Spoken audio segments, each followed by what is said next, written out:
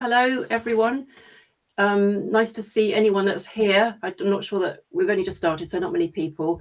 I'm here. I'm Harriet, host of With You in Mind, and today I have with me Hen Polat. I've been trying to pronounce the name. Not sure I got it right today. Hen. A lot of people struggle with it. It's one of those non-English sounds. No, it's very difficult. And where are you based today? Do you want to tell us that? Right now I'm in Thailand and I grew up in Israel. Oh, okay. So Thailand must be quite hot today, I'm guessing. Well, right now it's raining. So actually on the way here I was wet and a bit chilly. But right now, yeah, it's not a very cold country. It's quite hot. I bet. And whereabouts, I mean, Thailand's big. Whereabouts are you? So right now I'm cat sitting. I'm cat sitting in Koh Phangan on the islands in the south. And I'm also in Bangkok. I have my apartment in Bangkok. So I lived here in Koh Phangan during COVID. Yeah, I was here during a Thai course when COVID hit. And so I stayed here throughout COVID, which was quite nice, and made some friends. And so now whenever I have time, I come and visit. You must some nature. Yeah. Okay, fantastic. Okay, so we've got a couple of people here. If anyone wants to say hi in the chat, it's always lovely to know where people are tuning in from. I'm based in the UK. I'm Harriet from With You in Mind, and I have with me today Hen Polat, and who's based in Thailand today, in a little island in the south. So thanks for joining us today, Hen. What we're doing today is another in this series, Facing Challenges, Living with Adversity.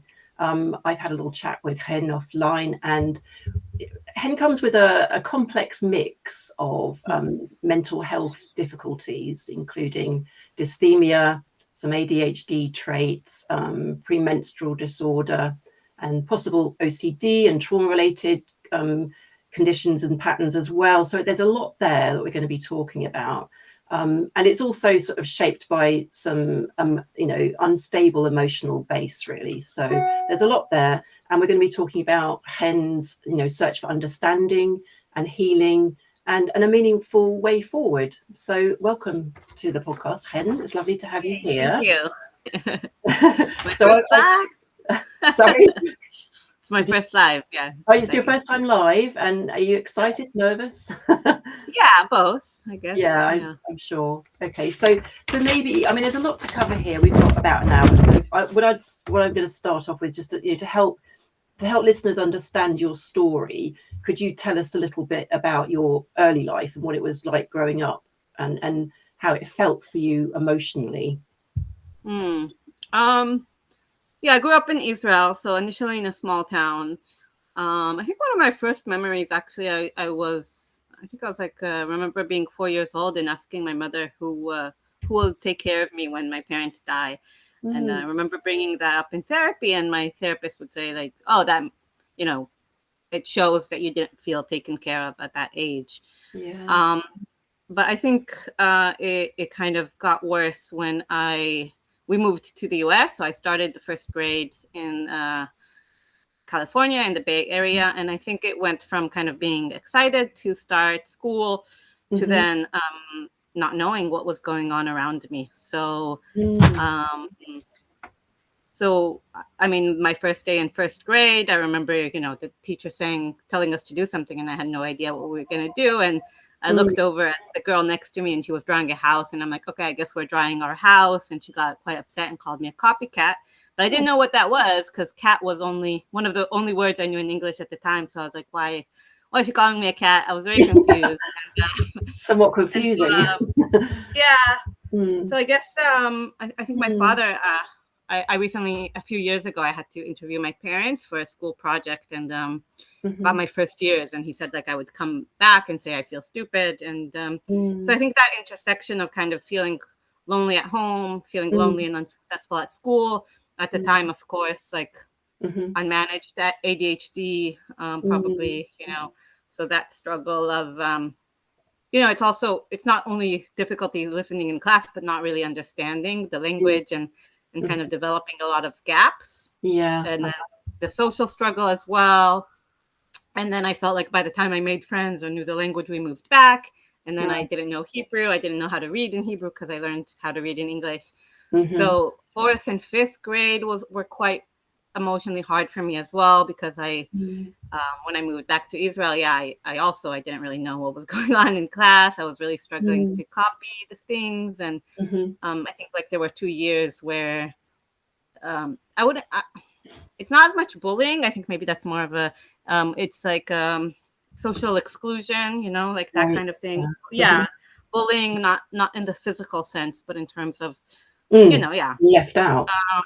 Yeah, so my early childhood felt really like I really developed a lot of self-hate, actually. I think around age 7 it's hard to call it suicidal at that age, but I was crying to sleep, and I think also quite sensitive, and like if I was told, there are kids starving in China, and like I think my mother bought me, these toys I didn't like, and she's like that I'm a bit ungrateful and things like that. So I felt like really like, I'm not appreciating my life, and there are kids who don't have anything, and I have so much, and I'm not even. So there was a lot of, I think, guilt and loneliness, and very difficult. Why am I here? Like, yeah, really tough. So you kind of had, although your parents were there, they weren't nurturing you in the way that gave you security and feeling, okay, I'm in a different country. It's normal to feel like this. And, I haven't got a grasp of the language here. So that's why I'm struggling. All the time you're internalizing it, saying, I'm not fitting in, I'm not good enough. I'm told I'm ungrateful. So all these negative things going around your head and feeling very much alone. Why can other people do it, but I can't do it? So there was a lot of that. And I feel like my parents, there was probably like a lot of either the extreme of leaving me to deal with things by myself or doing things for me. So I felt like there was a lot of skills that I didn't really develop.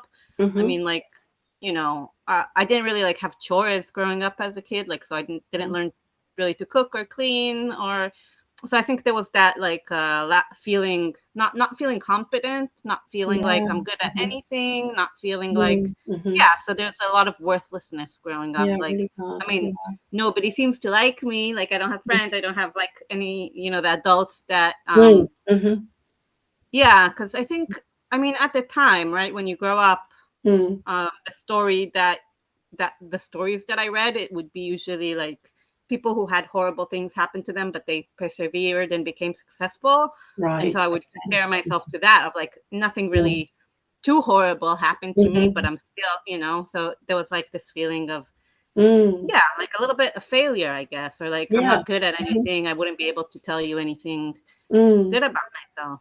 Putting a lot of pressure on yourself, comparing yourself to the few cases that you hear about that are really successful, which aren't really the norm in terms of struggling from poor, difficult background. So were your parents present? I mean, were your parents both working? What was the situation with both of your parents? Yeah, they were both working. I think during the years that so my father was getting his PhD, so he was doing his postdoc when we were in the US. But then throughout my childhood, he would do a lot of business trips. When we moved back, he would like go on business. Before and after, he would go to conferences and stuff. So he was at work quite often. And my mother as well. My mother depends, but like, I think during those 3 years, maybe she was kind of tasked, but we were 4 kids as well. So right, a lot. Yeah. Okay. Yeah. So attention was. So it was a big thing. Yeah. So you were fairly isolated. Your parents were busy and really didn't have huge amounts of time for you anyway, I guess. So really you were left on your own to sort of sort yourself out and understand and make sense of what was going on to you. And of course, that's very difficult at a young age. So tell me a little bit more about your journey with your emotional health and your mental health, where it went, from there moving forwards. So from what I remember, like 4th and 5th grade, I remember them being quite dark. And I think again, it's hard to call it suicidal at the time, but I remember like sometimes on the on the second floor window of my room and kind of like maybe I should jump or like take a few pills or something. But I think there was like I didn't really feel like I had the tools to know how to manage my feelings. So you were having a few thoughts about might be better not to be here, kind of thing.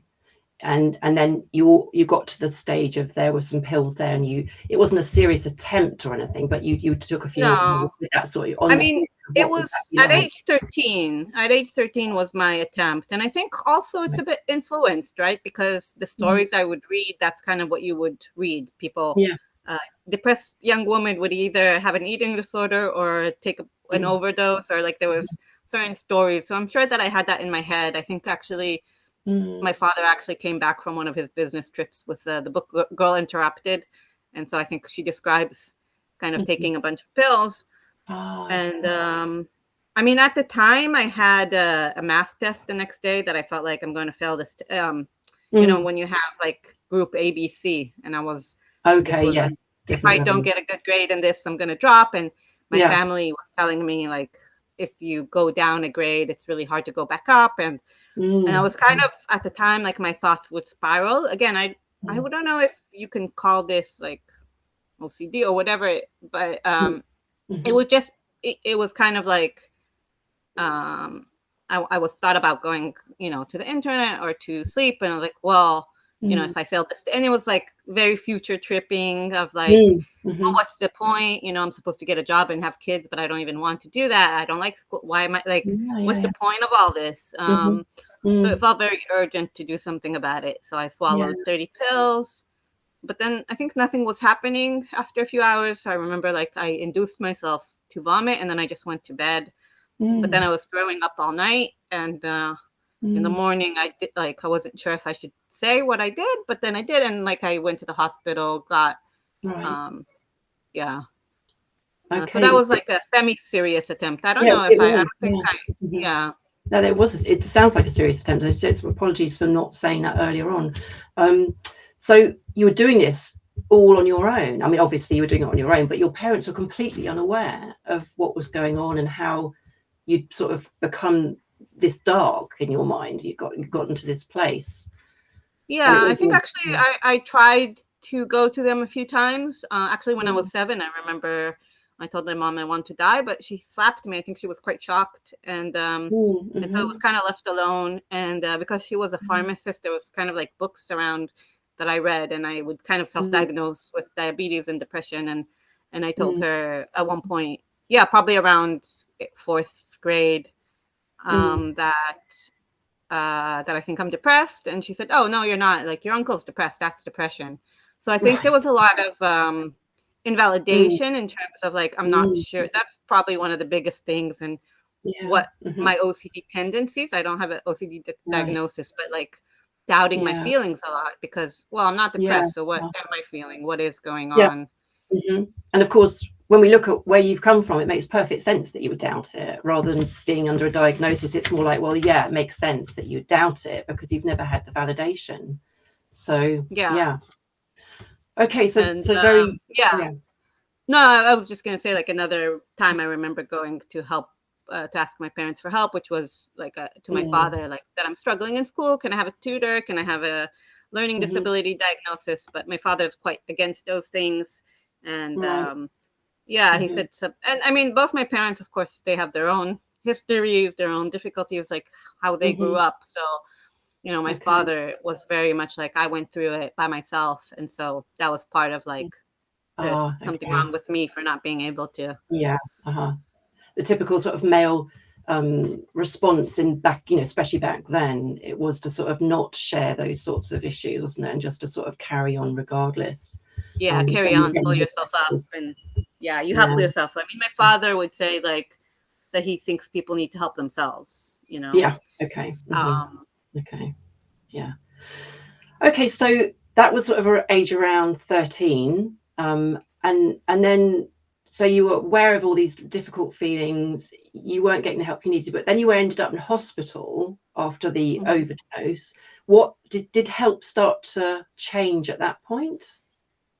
Initially, no. I think I started experimenting with cutting, and my mother saw me, and she realized like something needs to be changed, and I got a psychodiagnostic testing, and started seeing therapy and medication. I think also at the time, with the suicide attempt, which was age 13, right? Yeah. It was probably about a year after I got my period. So I feel like at that point, the hormonal changes probably messed with like the impulsivity as well. Okay. But at the time, of course, I didn't know about that at the time. So it was just antidepressants, psychiatrists.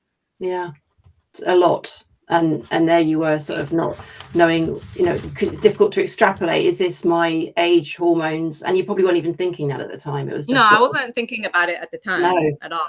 Just feeling it and feeling bad. Yeah. And if a therapist would ask me like about my family, I'm like, no, I'm not. Like, I'm the problem, not my family. Like, And how did your therapist help you? Looking back then, when you were thinking these thoughts, did your therapist help validate the fact that no, it's not you, it's what's happened to you? Sadly, no. But I think also, I remember I tried a few therapists and psychiatrists and psychologists throughout high school. And I remember one that I liked her in the first session, but she ended the session by saying, I think that what we need to do is family therapy. And I went out and told my mother, well, we can't really go back to her. Because at the time, my thought was, the previous therapists, I don't think they helped me much, but I think like at least having a place to go to every week and talk, it was something. So I think at the time, my thinking was, if I go to my father and say we need to go to family, like he would not approve. And then I think I was just afraid that like my one thing would be taken away. So even if it wasn't actually helpful at the time, there was the hope that this would help. Right. Okay. Yeah. So I mean, that was the therapist that suggested family therapy, which I guess was some sort of indicator that she understood what was going on, wasn't just about you. Yeah, at least. I mean, looking back as an adult, that's the right thing to do, right? Like if you have, in most cases, when you have a child in therapy, you should be working with your parents. But yeah, I mean, for sure, but not necessarily in a family therapy environment. I think there's a place for just having a one-on-one session to help you gain clarity of what's been happening to you and to understand why these feelings have come about. So there is, there might be some resistance with other family members for that, but it is a good thing to have, but also one-on-ones as well, I believe. So, but you didn't have that. But you had a therapist, and that was something, the first time you'd had one, and someone that you could talk to, feeling comfortable and trusting this therapist. Did you feel that way too?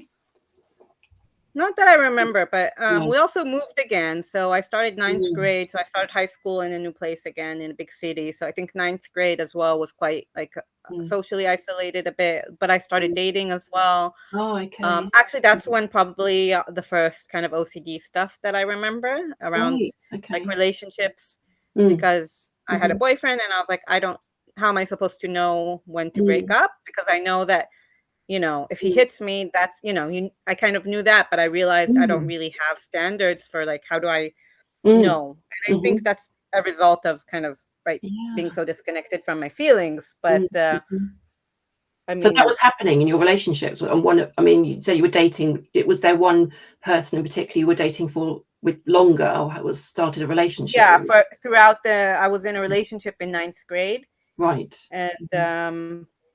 And there was a lot of back and forth. Once I realized that he wanted to have sex, I was like, well, do I want to? Do I want to because he wants to? Do I not want to because of social expectations? And but if there was a lot of talk around the time of like Britney Spears and virginity, and I was like, I didn't like that, as a kind of early feminist. But at the same time, it was kind of like there was so many voices, and it was really hard for me, I guess, to hear my own.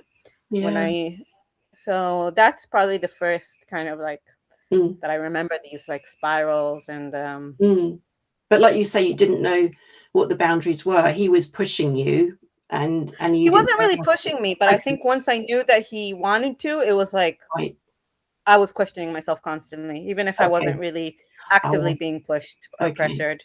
Yeah. So you were noticing lots of thoughts going around your head, should I, shouldn't I, what's the best thing to do? So when you talk about OCD, that sort of sounds like that, doesn't it? These sort of horrible thoughts that go round and round your head. Yeah, I think like if my desire, if my feelings aren't clear to me, if it's not like a strong yes or no, then I can get quite lost in, you know, I mean, even like a simple example of choosing to buy something, and it's like, well, you know, beef is not good for the environment, but then I do need some protein, but then this is more expensive, but then so it could be like those kinds of things. Where Lots of indecisiveness and questioning. Yeah. Did you have any sort of rituals that went alongside it, or compulsions that also happened with these ruminations? You know, No, sort of not that I like, can really think of. I mean, I think maybe reassurance seeking in a sense, but that's why, I mean, when I was in my when I was in university, when in my 20s, I was trying to get neurofeedback for ADHD, and he asked me, "Do you have OCD?" And I said, "No," like because the way that I was taught about OCD was you have, you know, the obsession and the compulsion, and it's usually something like, oh, my mother is going to die if I don't wash, or like if I don't wash my hands 5 times, I'm going to get sick, or if I don't shut the door, then my mother will die. And I couldn't identify with that at all. It would be going around about decisions and okay. And of course, OCD isn't just about that. Like mental compulsions can be enough. It can be, you know, reassurance. You mentioned reassurance. That can be a compulsion, of course. So you could have had OCD, but perhaps the clinician didn't go through it enough, or go through the diagnostics of what it could be. No, nobody did. And I was studying actually psychology at the time. I was studying abnormal psychology. We were studying about OCD.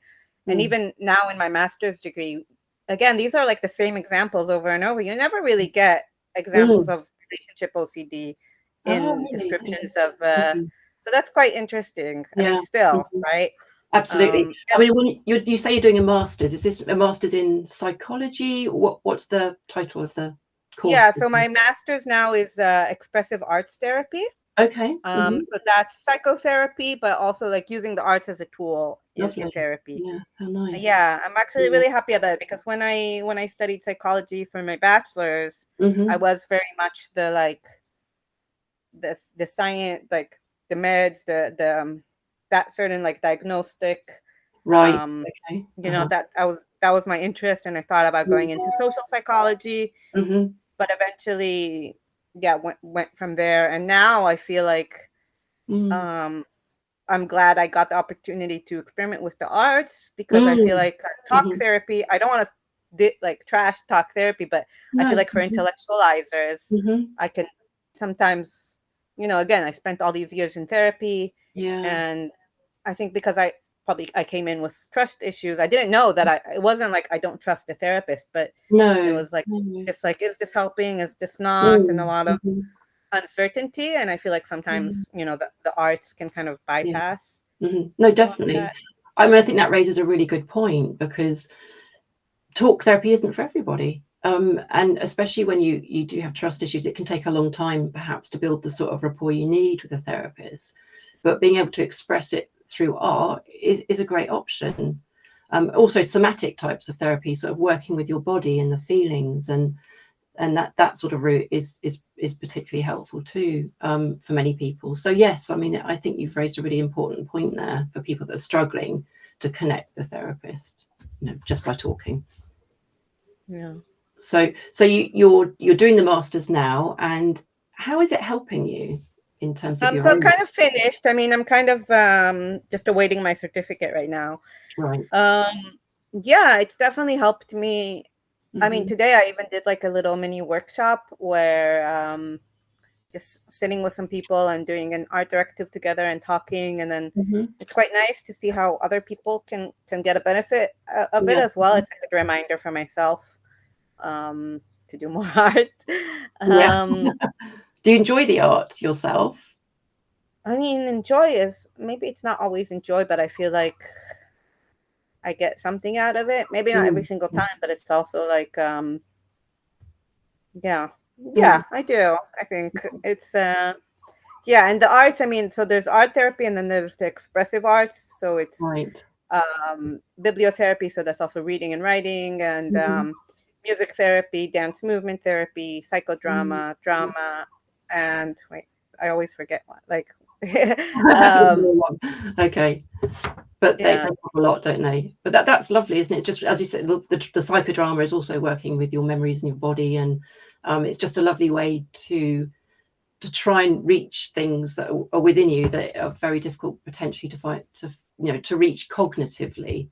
So yeah, what a lovely thing you're studying. And yeah, I mean, looking back, I wish that I, as a teenager, had that, because I remember as a teenager going, and I had songs stuck in my head, and I feel like the psychiatrist kind of was like, oh, he said something like, you don't really have a soundtrack to your life, and I'm kind of like, I don't know, I didn't really, so I mean, I feel like if I had somebody who was a music therapist or an art therapist and kind of like work with that, and I feel like probably, yeah, I didn't really have tools for self-expression, growing up, and I didn't have people to talk to. I mean, I wasn't talking to my family. Over time, of course, I had friendships, and friendships became important. But and then I talking became a good place. But again, I think like for somebody like myself, I can talk myself in circles sometimes and overanalyze things, and sometimes somebody in workshops yesterday said it's like kind of like when you dig, right? And you dig. And I was like imagining it as like, okay, you can kind of like dig into your childhood or your reasons or your feelings quite deeply. And then you have this like mound of sand, and what are we doing with this? And I feel like with art, you can kind of build something with it. So I am grateful that through this program, I'm kind of seeing the power of using the arts. Yeah, you're able to explore it and maybe put words to what's been going on to you, and be able to understand your journey better through reaching it through these arts, and expressing yourself that way as opposed to talking and connecting with people. I think also like with psychotherapy, a lot of it is like, I'm sitting with somebody and I'm telling them my problems, and then hoping to get that they say something that will help in some way. But I think when we make art and we share it with other people, I mean, even like what I wrote, right, which was like, I didn't know if, because I started this blog, my Substack to share information that I was finding through my research, through my master's thesis. Right. And I thought I would do like more research heavy articles. And then this one article that was just like, this is what's going on for me. And then you found me through that. So, and then maybe if somebody watches this, hopefully, somebody will find something they can connect with, or even with, drawings, music. So I feel like it helps with like finding something like a bigger meaning, right? Like absolutely, we can connect to people through that. Yeah, no, for sure. And do you feel so for you, those sorts of types of therapy, that the arts has been a lot more helpful, and sure, it'd be great to sort of educate other people about those, that they can try them if they find that psychotherapy isn't the best help for them. Would you say now that you're learning a bit more about yourself, you'd be in a place where connecting cognitively with a therapist might be of more benefit now than it was, say, 10 years ago? I mean, I was previously ended therapy with a therapist that I saw for 3 years, and there was a strong attachment there. Okay. And now I'm in a new therapy that's talk therapy, and this kind of came up because I said, like, I'm not sure. I'm kind of like, we're kind of in the beginning, like a little bit more than a month in, and I'm kind of like, I'm not really sure, is this helping? What are we actually doing here? Am I just resistant? So there was that coming up.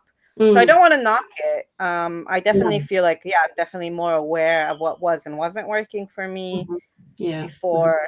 I do feel like maybe in the future, when I get a chance to explore more art therapy. And art therapy, I mean, it's still psychotherapy. Like you still talk. Sorry. Yeah, it is.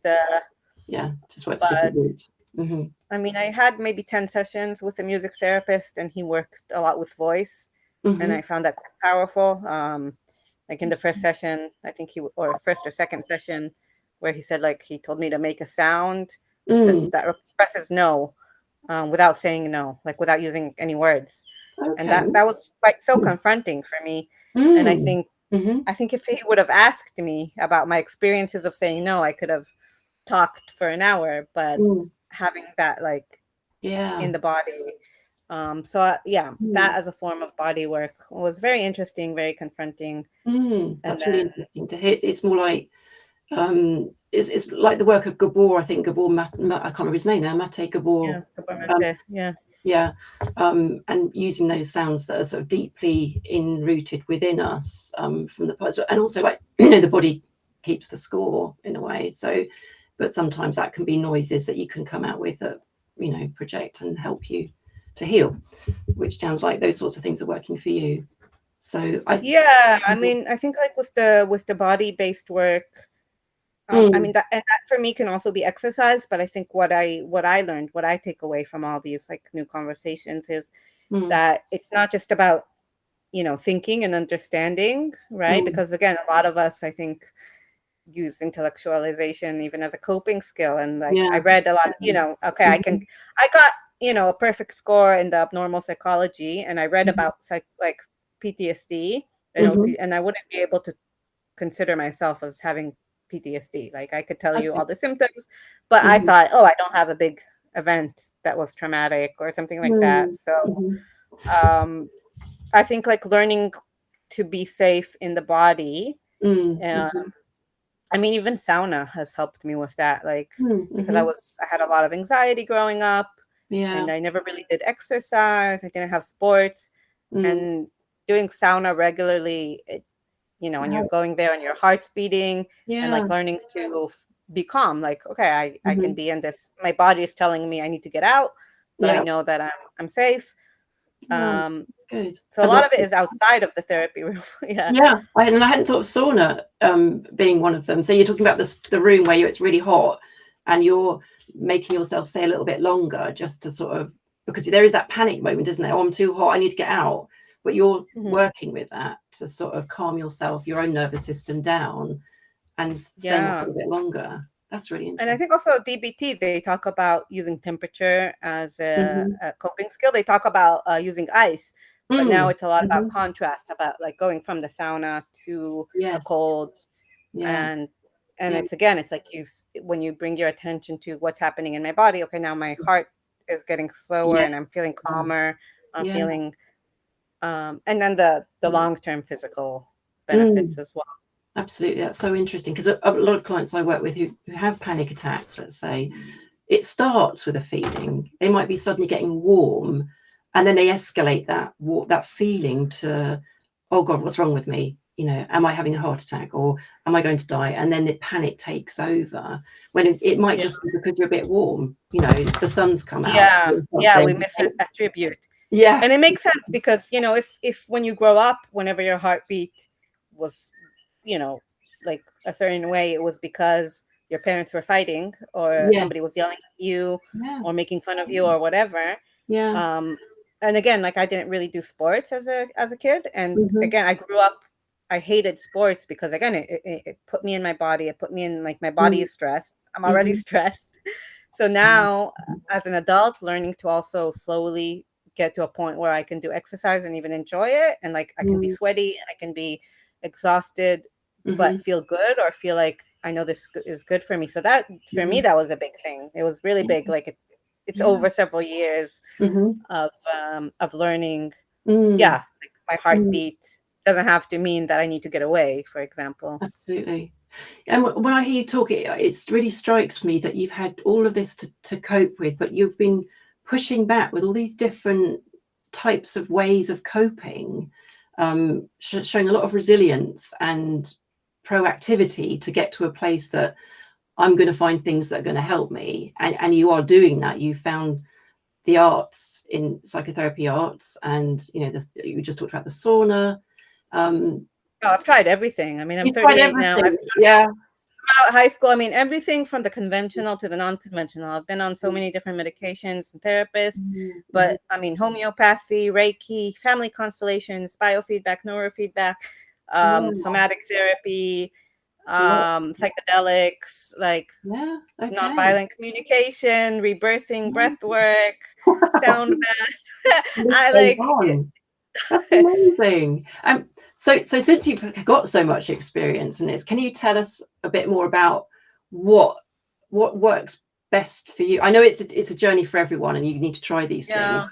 But for I want to be you, so careful with that. And especially, yeah. I mean, since we're talking about the art, one thing, there's a comedian called Neil Brennan, and he has a trilogy of specials. They're on Netflix. Okay. And he kind of talks about, he had depression, complex trauma, alcoholic Mm, father. mhm, And he talks about, when you're so depressed, you look mm. for anything that's going to help you feel better.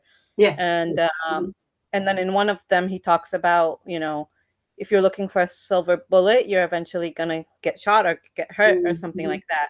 Yeah. So I think that was it for me. I mean, whenever I would hear somebody who was like, I was doing a yoga retreat, and somebody said, the teacher was like, the moment I stepped on my mat, I felt at home. I was always like, I was searching for that thing that Yes. will be Yeah. that thing for me. And I wish I could say, oh, once I started drawing, that's it, Yeah. or it hasn't been that way for me. No, It it's not has that been simple. that I've Mhm, picked up a lot of things that have been mm, more helpful, less mhm. helpful. Okay. Um, but yeah, I always try to be really careful with Mm, that, mhm, because for me, my pattern was I would try something, and then mhm, either it didn't work or I mm, would be so excited about it. But then if mm, it wasn't working for me, it would be going back to the self blame, because right. why did some people say that it cured them and it's not working for me? I'm not doing it. Like that Mhm, was my thing with internal family systems, right. especially where Mhm, I was in mhm, that world for several years. mm, And I was like, oh, I have all these blocking parts. It's my intellectualizing part. It's this and that. mhm. And then eventually it was like, maybe it's not good for me to be analyzing everything as a part, Yeah. Yeah. and I had to step away from it. Mm, But at the time I was like, well, people tell me it changed their life, and this is the mm. thing. Mhm. Yeah, and that's another extremely important point. What works for one person does not necessarily work for another. So it's a matter of trying these things. Yeah. Internal family systems is very different from some. If people don't know about that, I'm not an expert, but it is dealing with different parts of you and working on them Mm, individually, isn't it? And it can be very powerful for some people, but as Hen saying, it's not for everyone. So if you're trying things and thinking, "Oh, I'm a hopeless case," well, no, there are so many things you can try to move forward, and yeah. hopefully one of them will click, or a combination of them. It's not necessarily. It's usually not just one thing. It is a Yeah. combination. It's the healthy lifestyle. It's the finding it something that brings you a passion. It's eating the right things. It's exercise. It's a whole load of things, isn't it? Yeah, that's one Mm, thing that probably one of the biggest message I would hope people mm, walk away with, mhm, because for me, I mean, when I was 30, and this was after I went to a mindfulness center, and I'd been on, medication, and I've been on, like, I tried a lot of things at that point, and mm, I did feel at a point like, well, I've tried so many things and nothing's helping. So, yeah.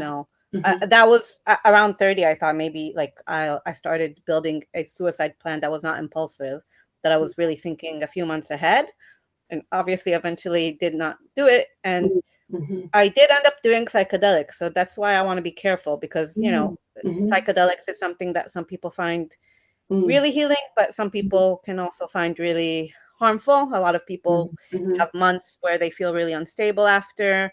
Yeah. So I don't want like for it No, to come across as I'm recommending, this worked for me, no. so people should try it. No, and of course, Um, psychedelics is an extreme example. You do have to be really careful. It's not regulated in the same way. It's emerging now. There are lots of new trials, and it's looking very positive.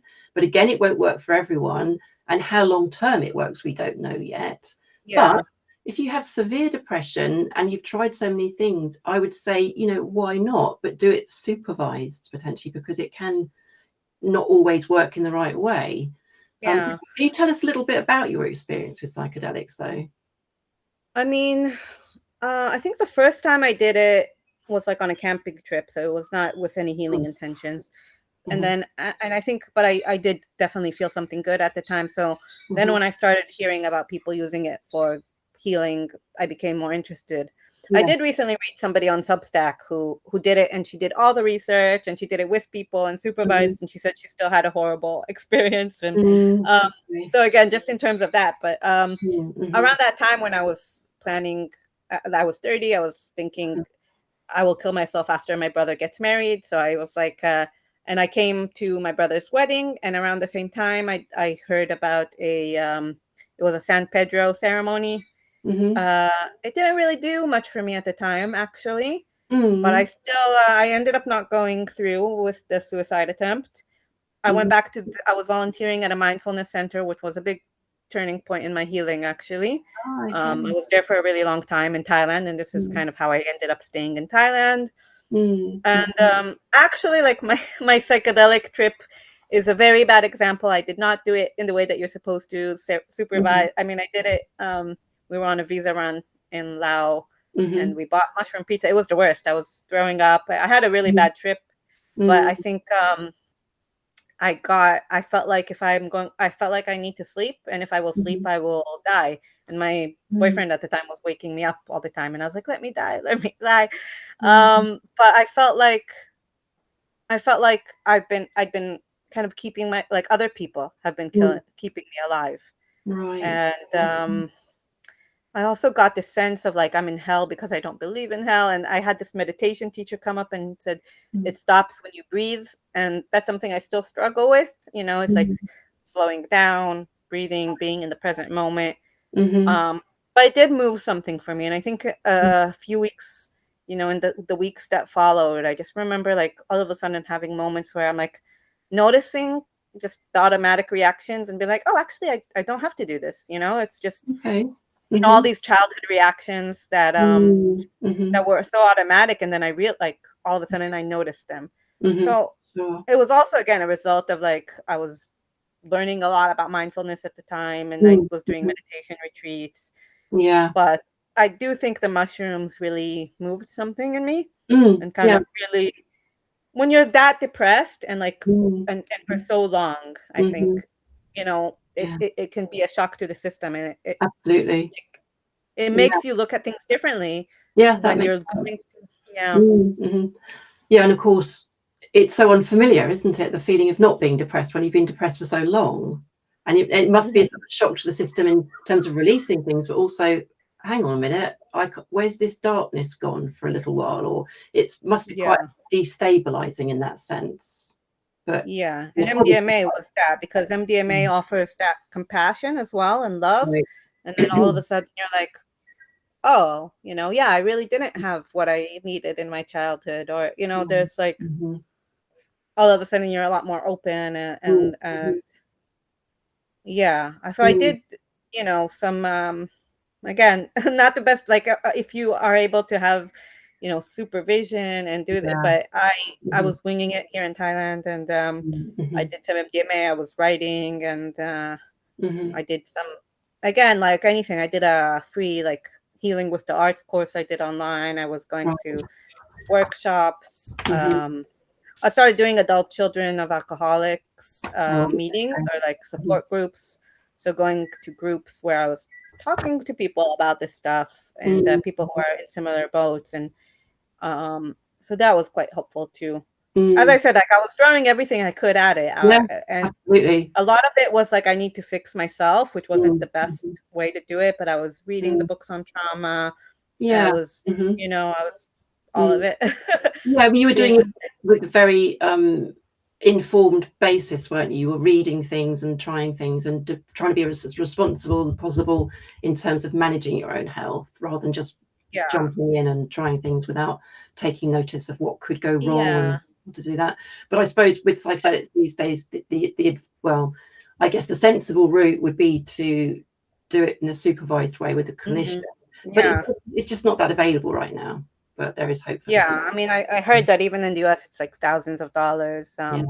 But you should, I mean, if you can have somebody who's there and kind of supervising you and watching you, and that you I did ceremonies. I mean, I did also a mushroom ceremony that tell us, how does that work? When there's so many, you go to a place where it's sort of structured and they give you the right amount, or how does that work? So that's quite good, because you feel like, okay, somebody's taking care. Okay. And if you feel and that allowed also, I mean, I wouldn't take such a high dose by myself. No. No. So that was really like, I'm lying down on the floor, I'm having like, waking dreams, and somebody's either playing music, or if I need help, if I need water, they can give me water. And they came in and they're like, Yeah. Do you want some more? Do you need something like Yeah. that? Looking after you. It is a different experience. Yeah. Where are these ceremonies? Is it, are they easy to find? I've never looked, but where do you find them? I don't remember how I found them. This was a facilitator. I mean, this was in Thailand. Right. Okay. I feel like if you search, you can. But I think the thing with these things, again, it's like if you look for a silver bullet, you could get shot. A lot of people take advantage. I mean, I even met somebody when I was in Bangkok, and somebody said that his father would have ceremonies in Pangan, and he would like take advantage. Like people take advantage sometimes. It's a sad reality, and I also don't want to scare people off, but it's, that does happen. I mean, even like I was in Kopangan, a lot of people come here for healing, and a lot of people, like, there were cults. Vice had a documentary about, there was a yoga school here, and they got culty. It was like tantric sex, and they would tell people that if you're pure, you don't need condoms because, I don't know, you're not going to get sexual diseases if you, so I mean, for me, even online, like there was a course I bought, somebody who described all my symptoms, and I'm going to help you release the trauma that's stored in your hips. And obviously it didn't do much for me. So it was, a waste of money, but it's that when you're like that desperate to find yeah.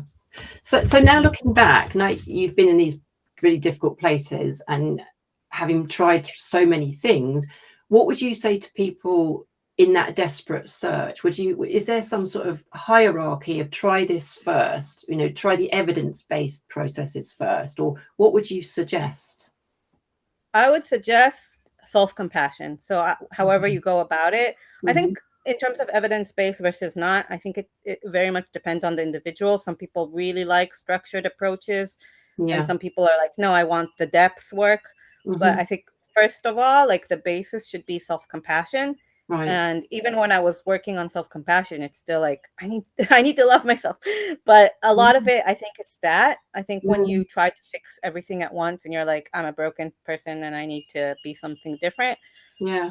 That's, So anything that's going to help you have more compassion for yourself. So whether it's, parts work, by the way, there's more parts work than IFS. I found that I like it better in other ways. Okay. But anything that helps you look at the parts of yourself that you think are so shameful. Yes. Okay. So you can look at it as like a friend, or it could be inner child work, or it could be like, imagine you're talking to yourself as a friend. It could be, there's so many ways, there are official self-compassion courses. There are so many ways. I would say that's basis. That's your top place to go to start with. And of course, you can get compassion in therapy too, one-to-one, and if that can be part of it. Okay, so that would be the top of your list. And then, next level, what would you go to next? Right. It depends. What is, are we talking about depression? Like some people are very functional, but they're not letting themselves rest. And some people are like, they can't get out of bed. So I feel like they might want different things. Yeah. But I would say, in your case, so you had dysthymia, didn't you? So it was like a consistent, would you say it was a medium level depression that you were living with, or low level, but just always there? I think it was like my outlook, it was like how I looked at myself. I went from, when I was in high school, I couldn't look in the mirror. I wouldn't want pictures taken of me. Like there was a huge dissociation of like, I don't really want to be, again, I wouldn't be able to say out loud things I like about myself. Like it was really, so it was a process of, at first it was very cognitive of like, there's no reason for me to hate myself because there are, people who are rapists who don't really care and they're very proud of themselves. So I did the cognitive and then, the mindfulness. I feel like self-expression, that's one thing, right? To have an outlet for your emotions, and that could be anything. That could be dancing, it could be drawing, it could be support groups, but I feel like that's one pillar. And then the other pillar is like, again, the self-compassion, it goes with like feeling like you're taking care of yourself. And that could be, for some people, some people over-exercise, right? Like I have friends who are like, so sometimes taking care of yourself is giving yourself rest days. Yes. Sometimes taking care of yourself is going for a walk.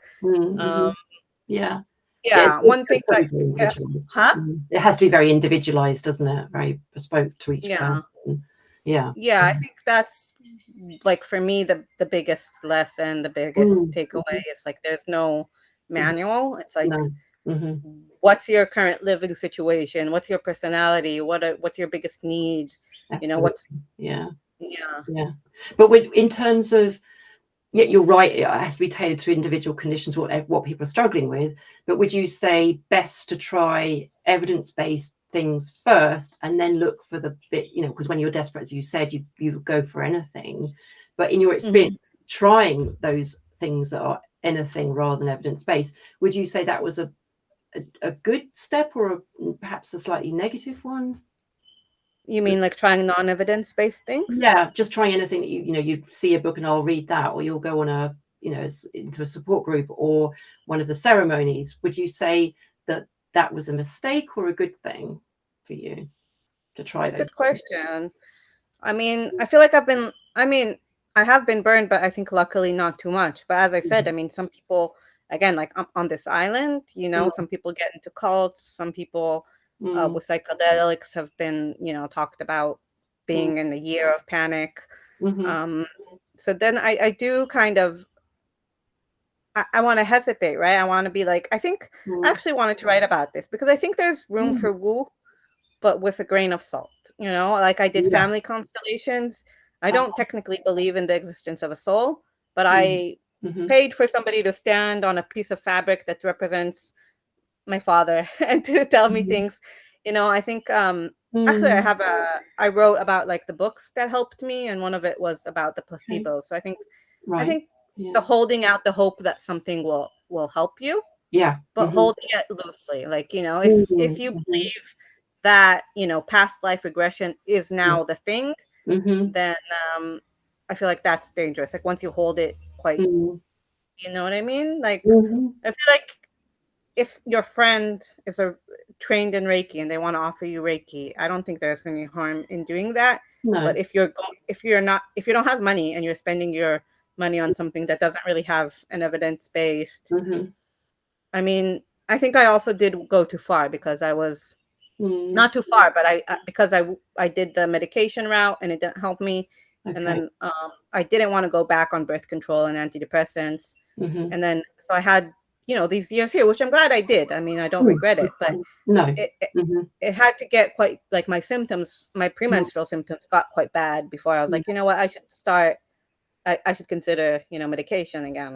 Because that makes more sense, doesn't it, for a hormonal issue? Logically, it makes more sense. It's not necessarily the answer. There might be lots of other things you can try, and there are. But you tried it. It wasn't the answer for you. So, actually, talking about your premenstrual syndrome, how is that now? And is it better controlled than it was? And, how do you find it? Well, right now I am on birth control because I decided. I mean, I think like one of the quotes that, I have a quote journal that I also, I recommend to have like, the inspiration, keep your inspiration. But they're saying like, if your journey of, self-improvement, it's like you're beating yourself up, right? It's like, I need to fix this. I need to fix this. Or like, I feel like sometimes when we talk about holistic stuff, it could be a kind of like a long to-do. Yes, I need to exercise. I need to eat right. I need my supplements. I need my sleep. And it becomes like more stress. So too much. So it's like, again, it's like, are you doing it in this rigid way of like, I need to fix myself? Or are you doing it in a way that, how can I help myself? How can I help myself get to a place that I want to be, or I feel better? Yeah. And it's helping you right now, the contraception pill. Yes. I mean, I still have symptoms. So I'm like, I'm not sure, maybe I'm going to stop in a few months, but I may continue. I don't know. Yeah. I think that's the main thing I'm trying to take away from myself, of like not being so strict about, it has to be evidence-based or it has to be shamanic, it's I believe in science. I believe in the peer-reviewed, and I always, in my Substack, I kind of like link to reference, but it's important to acknowledge that, what is research, it's not like absolute fact. It's also biased. It's absolutely what people decide to research, what gets the funding, what sounds good, you know. You're right. And you do have to watch out for that and check whether there's any conflict of interest in the papers. But even then, we don't know. And it changes, the evidence changes. So we know that it's not necessarily, nothing's factual, but it's as good as it gets kind of thing in the moment. Yeah. So I mean, for premenstrual disorders, I will say, like, because it's premenstrual and there's the connection to the menstrual cycle, most of the study, most of the research is about biology. And then when you have research into psychological interventions, it's mainly CBT.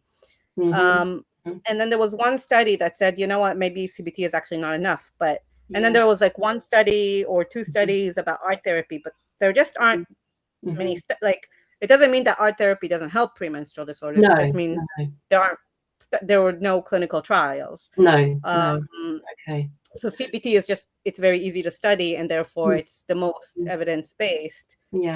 But, you know, CBT is great, but for some people, if it doesn't work, then try something else. Like, and it might not be enough. You know, you're challenging thoughts, aren't you, with CBT? And if you're physically feeling something, it's difficult always to counteract it by challenging your thoughts and changing your mindset. So I think that's a good case for trying adding on different things as well. I think for people who have a lot of emotional neglect, this is my experience, it's definitely not necessarily everyone's. CBT helped me a lot. Working on your cognition and your behavior is very helpful. I'm doing DBT right now.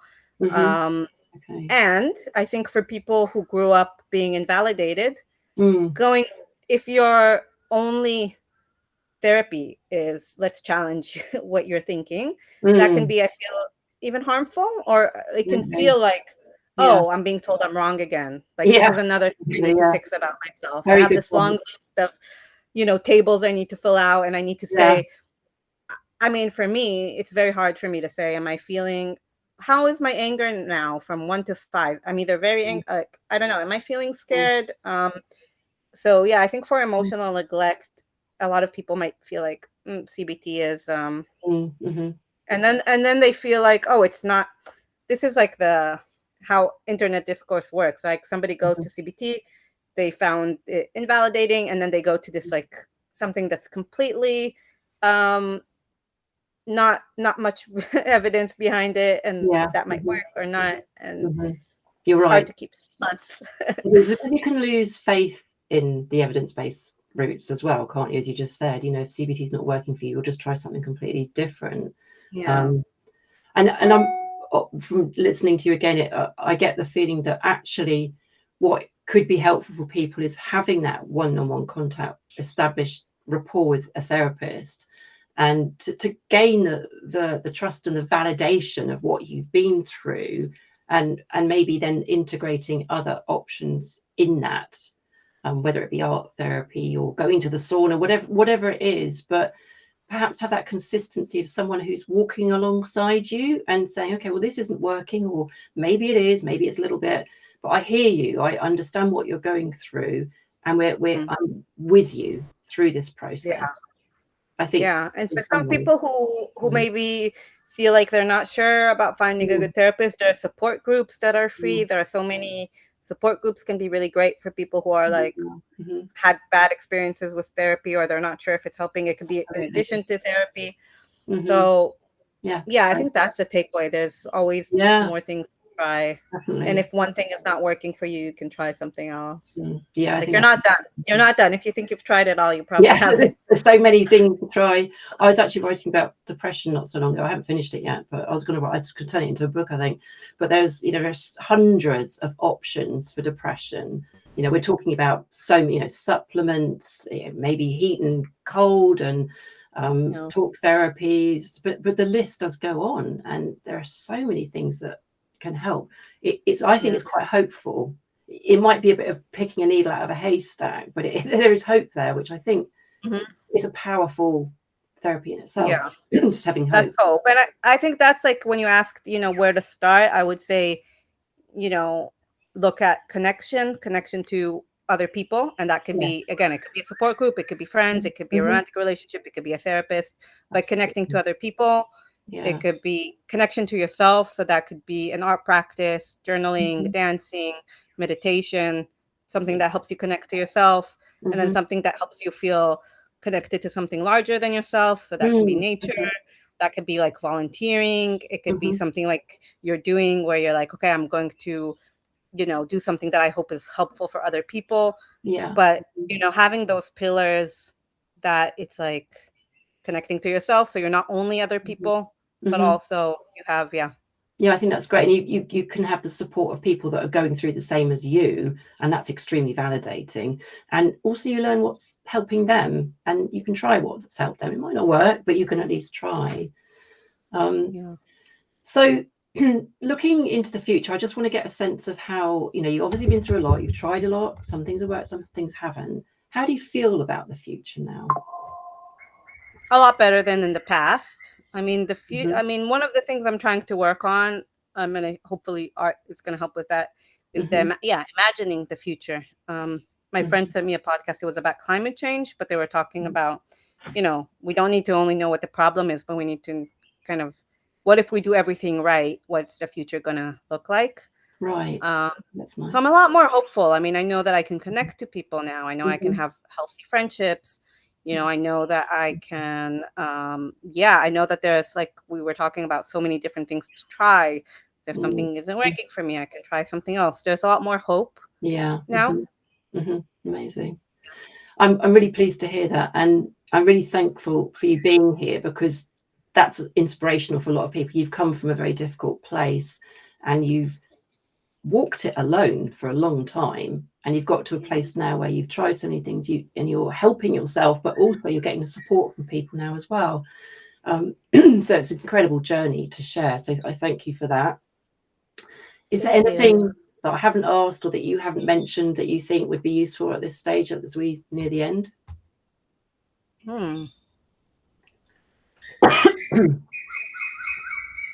I mean, I feel like there's always more to talk about, right? So I don't want to pick up like new topics. Yeah, okay. But yeah, I mean, I think that's it. Maybe a parting comment to leave with people. Yeah, I mean, I feel like maybe in the past, when I was in my worst of it, I would even hear things like this and I would say like, okay, things work for other people, but they don't work for me. So it's that kind of like, we want to hear other people's stories and take what we can from it, but it doesn't mean that we need to walk a similar path to them, right? It's like, what can I take from that I can walk away with a little bit more hope than I had before. Yeah, amazing. Thank you so much. I really appreciate you being here. And if people want to get in touch with you, you've got your own Substack, which will be linked to this. Go and check it out. Lots of welcome to join me. Thank you anybody who is joined us live or will watch in the future. We've had a few, but yeah, hopefully more people pick up this when they have time, because we're all in different time zones, aren't we, here? So I get pinged live things when I'm asleep. I don't hear them, but I see them in the morning. But you can always watch them on demand. So yeah, thank you for anyone that's joined us and stayed the length of the interview today. Thank you, Hen. I can't say it properly. And until next time, when we'll have some more facing challenges. Thank you again. Take care. Thanks so much for contacting me and having me on. Oh, you're welcome. It was my pleasure. Thanks again. Okay, take care. Have a great day. Thanks. Bye-bye. Bye.